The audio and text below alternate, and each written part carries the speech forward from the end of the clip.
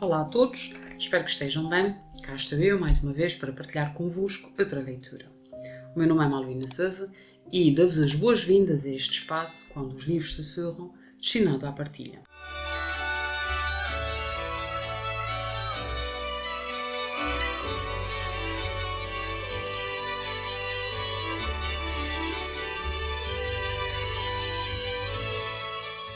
Hoje trago os excertos do livro Até que o Rio nos separe, de Charles Martin. E diz assim: não guardo boas recordações da minha infância. No meu entender, já conhecia muitos aspectos desagradáveis da vida, quando ainda não era suposto conhecê-los. Na minha memória, somente a minha mãe e esta margem do rio eram belos. O homem que vivia na nossa caravana estava sempre zangado. Estava sempre a fumar, não sei porquê. Acendia um cigarro com a beata do outro. Nunca me bateu, pelo menos não com muita força, mas as palavras que lhe saíam da boca feriam os meus ouvidos. A mãe dizia que era o demónio que estava na garrafa, mas não me parece que a ruindade seja algo que se beba. Podemos tentar afogá-la, mas na minha experiência, ela é uma boa nadadora e é por isso que está na garrafa. Para lhe escaparmos, eu e ela viemos para aqui. Disse-me que seria bom para a minha asma, mas eu sabia a verdade. A única coisa boa para a minha asma seria morrer. A mãe estava sempre a tentar que eu falasse do que sentia, que exprimisse os meus sentimentos. Esquece os sentimentos, pedi. Posso sentir mais tarde. Dá-me um pouco mais de ar. Passemos então ao primeiro sussurro.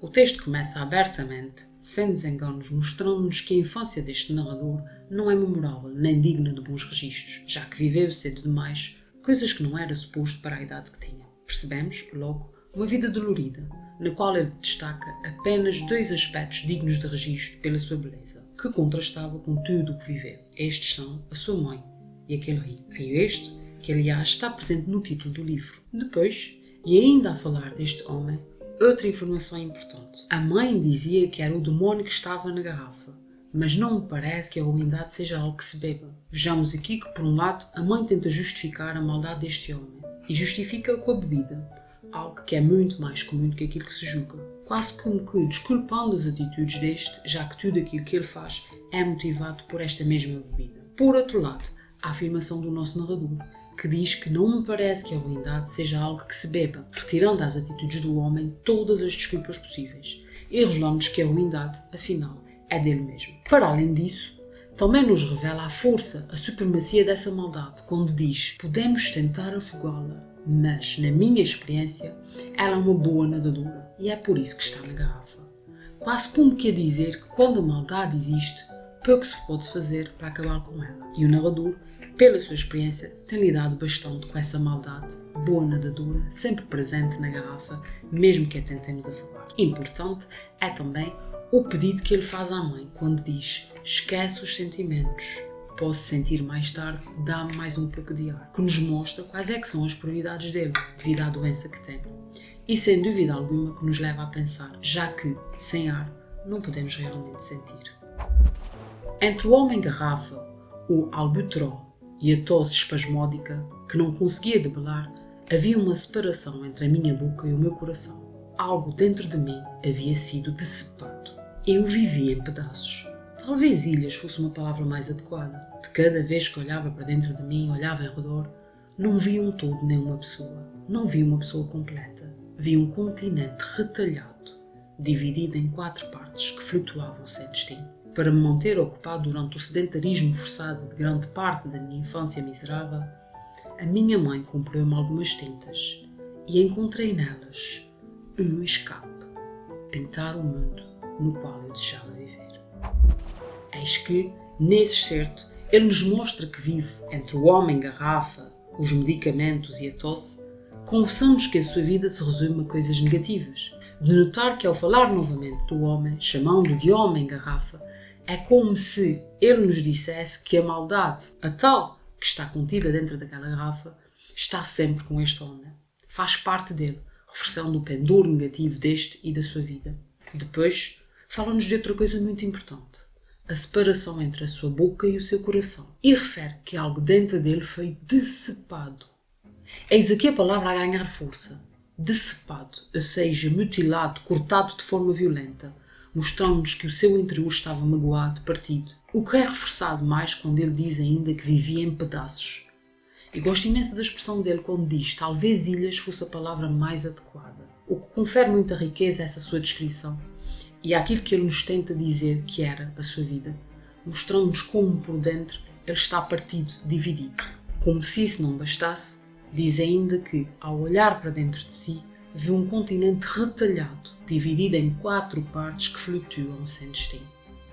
Sem dúvida que essa descrição daquilo que ele é, daquilo que ele sente e como se sente por dentro, mostra-nos perfeitamente esta imagem de pedaços de ilhas, de continente retalhado. Veja-se aqui mais uma vez outra palavra tão forte, o retalhado, que nos permite perceber como é que ele está fragmentado, frito, partido, com partes que flutuam sem destino. Creio que essa descrição do seu interior é muito poderosa, já que nos leva a perceber, pelas palavras e analogias usadas, quão sofrido e magoado ele está. Felizmente, há algo neste universo escuro, sombrio e doloroso que o ajuda e que lhe serve de escape.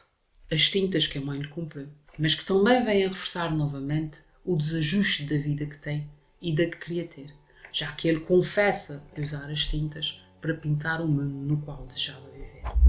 Quando tinha cerca de 10 anos, escutei uma conversa no Parque das Caravanas, por isso perguntei à minha mãe: Mãezinha, o que é uma mulher fácil?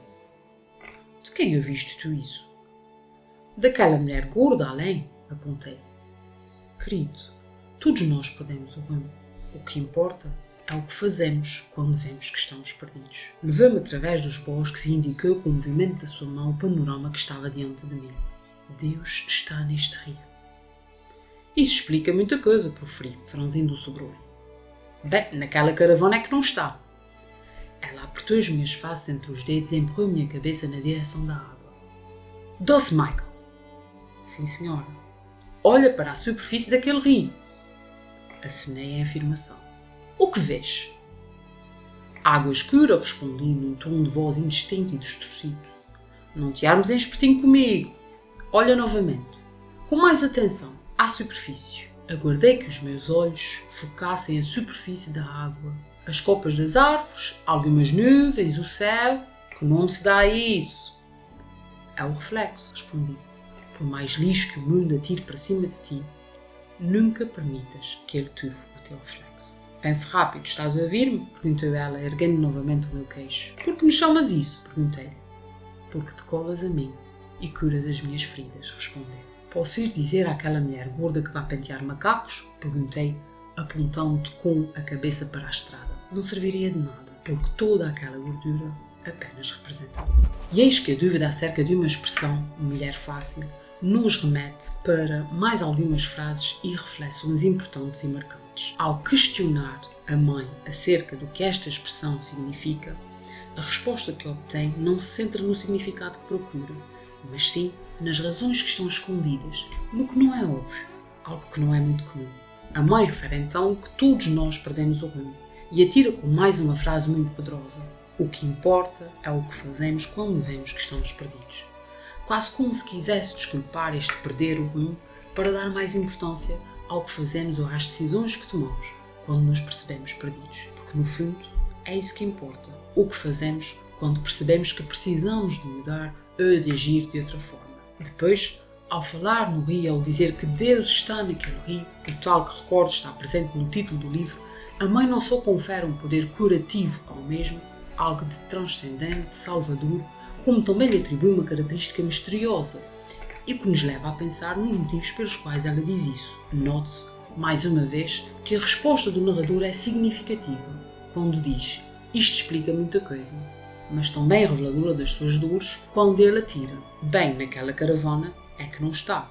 Recordo que na caravana estava o homem garrafa, não é? Não é por acaso que mãe e filho fogem da caravana para ir para junto do rio, como se este lhes desse esperança de que as coisas pudessem melhorar.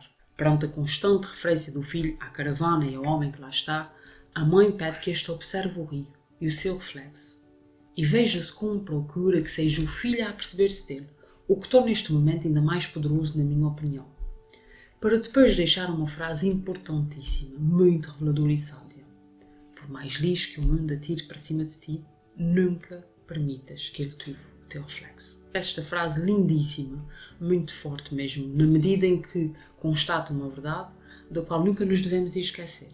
a de que, independentemente daquilo que nos acontecer de mal, do lixo que nos aconteça, das maldades, das nossas mágoas, nunca devemos deixar que isto afete as pessoas que nós somos, a que nós queremos ser. É uma verdade da qual nunca, mas nunca nos devemos esquecer. Outro momento lindíssimo é quando a mãe chama o filho de pense rápido e a resposta que lhe dá quando o filho lhe pergunta por que razão o chama assim, ela diz: porque te colas a mim e curas as minhas feridas. Eu acho esta frase lindíssima também. Aliás, todo o discurso dessa mãe nas conversas que tem com o filho é percorrido por imagens fortíssimas que nos mostram e que nos levam a grandes reflexões. Aqui, tal como faz o pense rápido, o filho cola-se a ela e cura as suas feridas. Faz-me pensar como, de fato, existem pessoas com esta capacidade, a de serem parte da nossa pele e a de terem a capacidade de nos ajudar, de nos salvar e de nos curar. Por fim, mais uma resposta marcante quando o filho lhe pergunta se pode ir dizer à gorda que vá pentear macacos e a mãe responde que isso de nada serviria, já que toda aquela gordura apenas representa dor, chamando a nossa atenção para algumas das formas com as quais todos nós tentamos esconder a camuflar as nossas dores. No caso dessa mulher, é com a comida, logo toda a gordura dela está associada à dor da sua vida, ao seu sofrimento. Mais uma coisa para pensarmos e que deixe no ar. Falamos um pouco do autor deste livro. Charles Martin licenciou-se em literatura inglesa, tem um mestrado em jornalismo e um doutoramento em comunicação. Foi professor no departamento de inglês de Hampton University. A partir de 1999, dedicou-se exclusivamente à escrita. É autor de best-sellers e as suas obras são traduzidas em 17 línguas. Uma curiosidade interessante: ele vive com a mulher e com os seus filhos a poucos passos de distância do St. John's River, de um rio, portanto, que fica na Flórida. Espero que tenham gostado de mais essa leitura e despeço-me prometendo voltar na próxima quarta-feira para mais um momento de partilha.